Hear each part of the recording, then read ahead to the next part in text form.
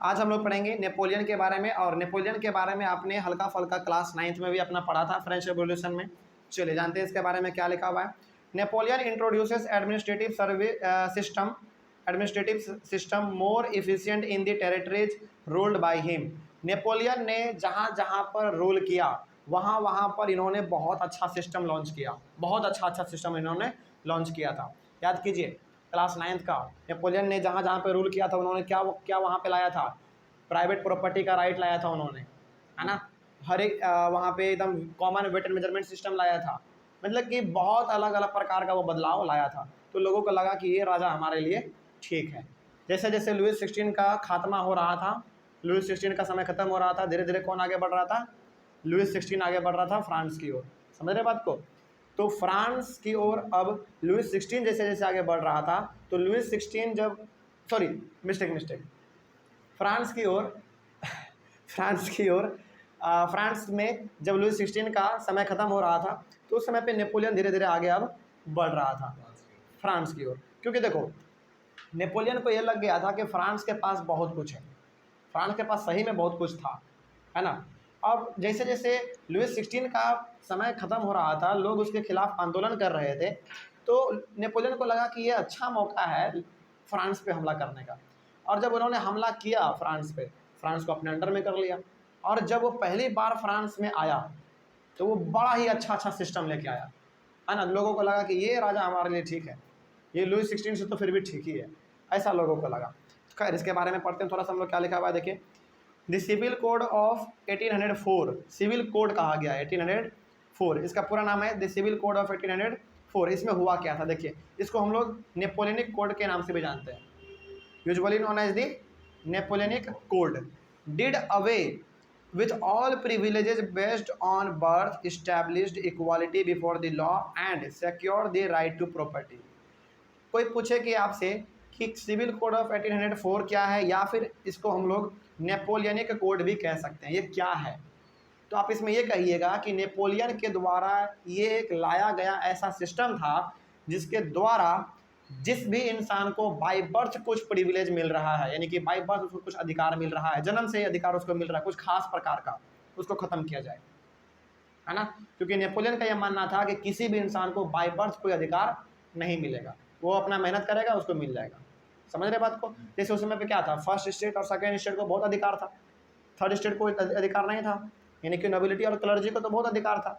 बचपन से ही आप पैदा हुए आपको टैक्स नहीं देना है, किसी प्रकार का आपको समस्या नहीं होगा, है ना। लेकिन नेपोलियन ने कहा कि ऐसा नहीं होगा, हर कोई आपस में क्या होंगे, बराबर होंगे। तो जो बचपन से जो आपको अधिकार मिलता है कुछ खास प्रकार का अधिकार, वो आपको नहीं दिया जाएगा, प्रिविलेज आपको नहीं दिया जाएगा।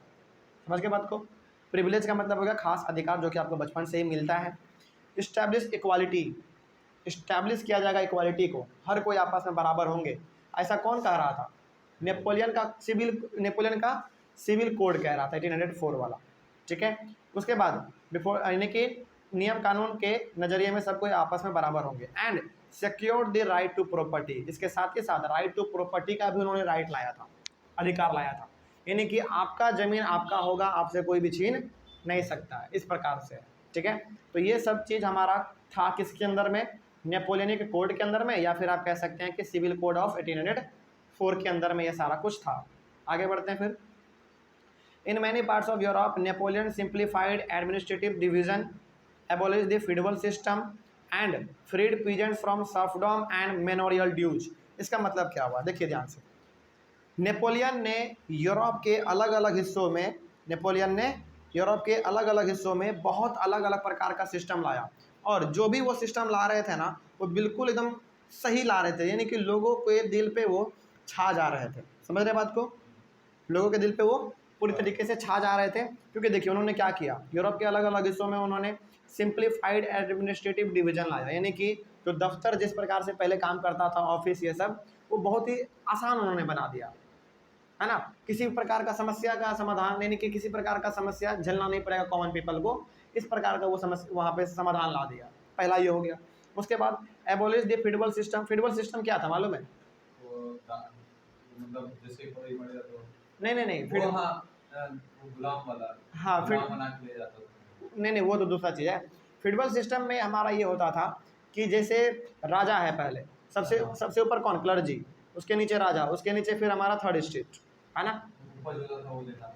हाँ वही चीज़ है। तो सबसे टॉप पे कौन हुआ, क्लर्जी हो गया, फिर राजा हो गया, फिर थर्ड स्टेट के लोग हो गए। तो ये एक सीढ़ी बना हुआ है ना, सबसे ऊपर फिर उससे नीचे फिर उससे नीचे, इस प्रकार का सीढ़ी बना हुआ है ना, सीढ़ी बना हुआ। तो यही सीढ़ी को उन्होंने ख़त्म किया। मतलब क्या था उनका कहने का मतलब, ये था कि अब कोई राजा नहीं होगा, कोई क्लर्जी नहीं होगा, कोई थर्ड स्टेट नहीं होगा, सब आपस में बराबर होंगे। ये था हमारा फीडबल सिस्टम। आगे, and freed peasants from serfdom and manorial dues. इसके साथ ही साथ जो भी किसान के ऊपर जिस भी प्रकार का पाबंदी लगा हुआ था, जैसे पहले ना लोगों को खरीदा बेचा जाता था, है ना, उसको बंदी बना के दूसरी जगह लेके जाया जा रहा है, उसको वहाँ से आज़ाद करवाया गया, कहा कि अब आप यहाँ पे बंदी वाला सिस्टम नहीं चलेगा, हर कोई इंसान आपस में बराबर है, किसी को भी आप बिना मानी कि किसी को भी आप जबरन पकड़ के एक जगह से दूसरी जगह नहीं लेके जा सकते हैं। समझ रहे बात को।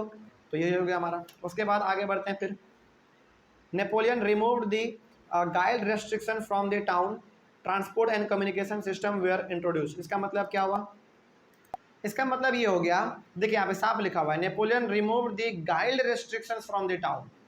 मतलब कि जिस भी प्रकार का फ्रांस के लोगों को शहरों से मदद मिलता था उसको ख़त्म कर दिया गया। शहर से मदद वाला सिस्टम ही ख़त्म, जो करना होगा अब हम करेंगे, कोई दूसरा आदमी यहाँ पे नहीं आएगा, जो करना होगा फ्रांस के लोगों के लिए हम करेंगे, कोई तीसरा इसमें नहीं आने वाला है।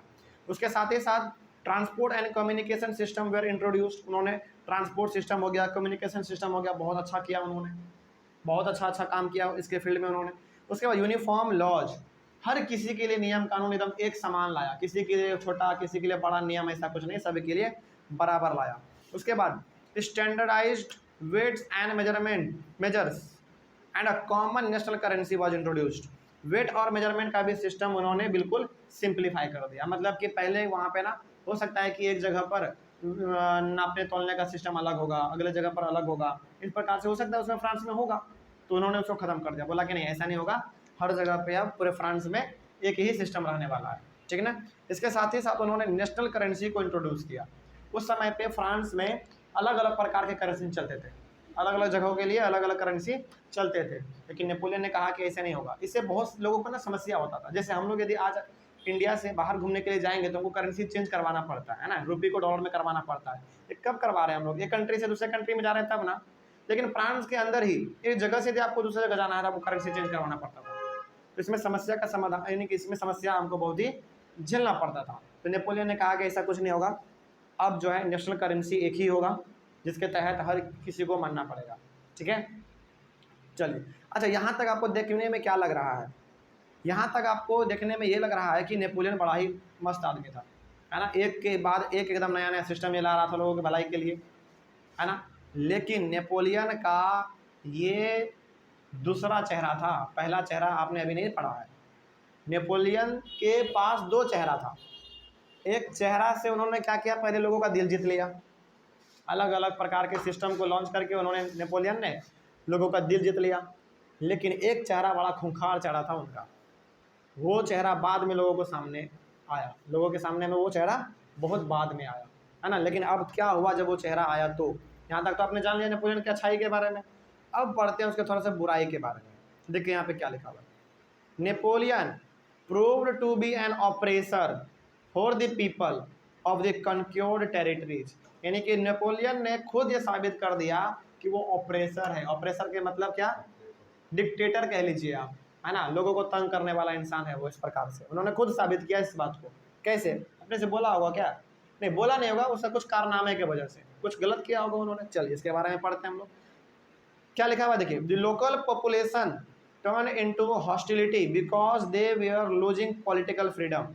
जहाँ जहाँ पे उन्होंने राज किया था, जहाँ जहाँ एरिया उनके कंट्रोल में था, वहाँ के लोग पूरी तरीके से उनके खिलाफ गुस्से में थे। गुस्से में इसलिए थे क्योंकि नेपोलियन धीरे धीरे उसके पॉलिटिकल राइट को, उसके पॉलिटिकल फ्रीडम को छीन रहे थे। समझ रहे बात को, छीन रहे थे, मतलब कि हो सकता है कि किसी प्रकार से उनको दबाया जा रहा हो, एक के बाद एक सिस्टम आप लॉन्च तो कर रहे हैं लेकिन अंदर से उनको खोखला करते जा रहे हैं आप, है ना, इस प्रकार से हुआ होगा। तो पहला ये गुस्सा आ गया लोगों के अंदर में कि हमारा आज़ादी ये छीन रहा है, पहला ये गुस्सा आ गया। उसके बाद increase taxation and censorship were imposed and military services were made mandatory. देखिए ध्यान से यहाँ पे, इंक्रीज टैक्सेशन, टैक्स उन्होंने बढ़ा दिया, लोगों के लिए टैक्स बढ़ा दिया। और फ्रांस का उस समय पे इतना बद से बदतर हालत था कि आपको मालूम होगा, फ्रांस जब लुईस 16 का राज था तो वो लुईस 16 क्या किया था, टैक्स बढ़ाया था लोगों के लिए। लोगों के पास ब्रेड खरीदने तक का पैसा नहीं था, ऐसे ही लोग गरीबी में जी रहा है, ऊपर से ये खुद टैक्स बढ़ा दिया। भुखमरी का एकदम पूरा सिस्टम था और ये खुद ऊपर से टैक्स और बढ़ा दिया। तो क्या लोगों के बीच में गुस्सा नहीं आएगा? आएगा, ऑब्वियस सी बात है, आएगा गुस्सा। तो लोगों के बीच में गुस्सा आया टैक्स बढ़ाने के कारण। उसके साथ ही साथ सेंसरशिप वेयर इम्पोज्ड। सेंसरशिप मतलब मीडिया पे, टेलीविजन पे, रेडियो पे, न्यूज़पेपर पे, मैगजीन पे, इन सभी पर उन्होंने पाबंदी लगा दिया। मतलब कि आप जो चीज़ छापेंगे पेपर में वो पहले आपको दिखाना पड़ेगा, तब जाके आप छापेंगे, नहीं तो नहीं छापेंगे आप, इस प्रकार से। अच्छा, सेंसरशिप क्यों लगाता है कोई कंट्री आप वहाँ के मीडिया पे? इसलिए लगाता है ताकि उस कंट्री में जो घटना घटित हो रहा है वहाँ के लोगों को मालूम ना चले, है ना। जैसे मान लीजिए यदि आज अमेरिका अपने यहाँ पे सेंसरशिप लगा देता है तो अमेरिका में क्या घटना घट रहा है हम लोग आज इंडिया में नहीं बैठ के जान पाएंगे, क्योंकि वो लोग चलाएगा ही नहीं टीवी पे, रोक लगा दिया गया उनको। तो सेंसरशिप लगा दिया था ताकि लोगों को मालूम ही ना चले किसके बारे में, नेपोलियन के बारे में, ठीक है। हालांकि देखिए मीडिया किसी भी कंट्री का, ऐसा कहा गया कि मीडिया जो है ना डेमोक्रेसी का चौथा पिलर है, डेमोक्रेसी का चौथा पिलर है मीडिया।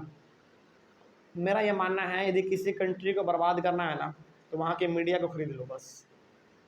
वहाँ के मीडिया को जब आप खरीद लिए तो कंट्री आपका ऐसे ऑटोमेटिक बर्बाद हो जाएगा, क्योंकि उस आपके देश में क्या चल रहा है क्या नहीं चल रहा है बाकी देश वाले लोग नहीं जान पाएंगे। अब जब जान नहीं पाएंगे बाकी देश के लोग तो उस पर एक्शन भी नहीं ले पाएंगे, है ना। तो किसी देश को बर्बाद करना हो तो वहाँ के मीडिया को खरीद लो, सिंपल सा लॉजिक है, ठीक है। तो यहाँ से मालूम चल रहा है, पहली बात तो इन्होंने क्या किया, नेपोलियन ने लोगों की आज़ादी को छीना। दूसरी बात इन्होंने क्या किया, टैक्स बढ़ा दिया। तीसरा बात क्या इन्होंने क्या, सेंसरशिप लगा दिया मीडिया के ऊपर। उसके बाद मिलिट्री सर्विस जो है उन्होंने मैंडेटरी कर दिया, मिलिट्री सर्विस मैंडेटरी कर दिया। मतलब कि इस प्रकार का वहाँ पे होगा कि हर नौजवान को मिलिट्री सर्विस में आना ही आना है। इस प्रकार का भी हो सकता है, या फिर इस प्रकार का भी हो सकता है कि एक फैमिली मेंबर में, एक पूरे घर में किसी एक या दो इंसान को मिलिट्री में जाना ही जाना है, इस प्रकार का हो सकता है। वहाँ पे कुछ और नियम रहा होगा, लेकिन हम लोग यहाँ पे समझ सकते हैं अपने से, थोड़ा सा लॉजिक लगा के तो समझ ही सकते हैं हम लोग। तो नेपोलियन ने ऐसा कहा होगा मेरे हिसाब से कि आपको हर एक नौजवान को मिलिट्री में जाना ही जाना है, आप ये भी पहला समझ सकते हैं। दूसरी बात आप ये भी समझ सकते हैं यहाँ से, हालांकि लिखा हुआ तो नहीं है लेकिन आप समझ सकते हैं कि यदि एक घर में मान लीजिए 5 सदस्य हैं तो 5 सदस्य में से किसी एक को मिलिट्री सर्विस में जाना होगा, इस प्रकार का हो सकता है। तो उन्होंने मैंडेटरी कर दिया। अब मानो जिस इंसान को मिलिट्री में जाने का मन ना हो उनको भी जबरन जाना पड़ेगा, तो क्या लोगों के बीच में गुस्सा नहीं आएगा?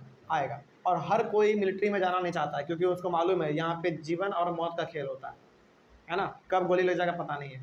तो हर इंसान जाना तो नहीं चाहता है, लेकिन मैंडेटरी कर दिया उन्होंने, आपको जाना ही जाना है। तो यहाँ से भी लोगों के अंदर गुस्सा आ गया। आगे, people where called upon two supply soldiers and the forced recruitment in rural areas caused wide spread anger. Napoleon जबरन लोगों को अपने आर्मी में भरने लगा। यहाँ पे देखिए वर्ड बड़ा अच्छा सा लिखा हुआ है, फोर्स्ड रिक्रूटमेंट। फोर्स्ड रिक्रूटमेंट का मतलब होता है जबरन आर्मी में भर्ती लेना। जबरन आपका मन नहीं है जाने का, फिर भी आपको जबरन आर्मी में लिया जा रहा है। तो इससे लोगों को गुस्सा आया नेपोलियन के हिसाब से, नेपोलियन के खिलाफ गुस्सा आया, है ना। तो यहाँ से आपने ये समझ लिया कि नेपोलियन सबसे पहली बार जब आया तो लोगों का दिल जीत लिया एकदम अच्छा अच्छा नियम लगा के, लेकिन बाद में इन्होंने क्या किया, अपने आप को इन्होंने साबित करवा दिया अपने कामों के कारण कि देखो भाई हम अच्छे नहीं हैं, हम बुरे भी हैं, है ना, ऐसा अलग कर दिया इन्होंने बाद में। तो यहाँ तक तो आपने समझ लिया इस बारे में कि नेपोलियन कैसा था, फ्रेंच रेवोल्यूशन में क्या क्या हुआ था। मेन जो हमारा टॉपिक स्टार्ट होता है इस चैप्टर का, मेन टॉपिक अभी तक जो भी आपने पढ़ा, समझ लीजिए कि थोड़ा सा क्लास 9th का आपको रिकैप करवाया जा रहा था, है ना। उसके साथ ही साथ जो आपने फ्रेडरिक सोरियू के बारे में पढ़ा वो आपको इस चैप्टर का थोड़ा सा आइडिया दे रहा था कि आपको क्या क्या इस चैप्टर में पढ़ना पड़ सकता है। ये आपको केवल अभी एक आइडिया चल रहा था आपका टॉपिक नंबर 1 तक। टॉपिक नंबर 2 से आपका जो है main the rise of nationalism in Europe start होता है। मेन टॉपिक आपका 2 से स्टार्ट होता है, समझ रहे हैं बात को। चलिए, तो 2 से आपका मेन टॉपिक स्टार्ट होगा, इसको हम लोग अपने अगले वाले क्लास से स्टार्ट करेंगे। यहाँ तक में कोई डाउट आपको? देखिए यहाँ पे थोड़ा सा हम लोग थोड़ा सा फास्ट भी हम लोग चले हैं, लेकिन हाँ इस प्रकार का भी हम लोग फास्ट नहीं चले हैं कि हम लोग हर चीज़ों को नहीं समझे, हर एक चीज़ों को हम लोग समझते हुए चले हैं। और यहाँ तक वही चीज़ था मेनली हमारा जो कि हम लोगों ने अपने क्लास 9th में पढ़ा भी है, लेकिन यहाँ से आपको हर एक चीज़ बारीकी से समझना पड़ेगा, क्योंकि यहीं से आपका मेन टॉपिक स्टार्ट होता है, ठीक ना। अगले क्लास से हम लोग स्टार्ट करेंगे टॉपिक नंबर 2, जिसका नाम है the making of nationalism in Europe. ठीक है, चलिए थैंक यू। ऑनलाइन वाले बच्चे, यदि आपको कोई डाउट रहा हो तो आप एक बार कमेंट कर लीजिएगा और आपके कमेंट का जवाब दिया जाएगा। ठीक ना, चलिए मिलते हैं फिर हम लोग अपने अगले वाले क्लास में। Thank you very much and have a nice day.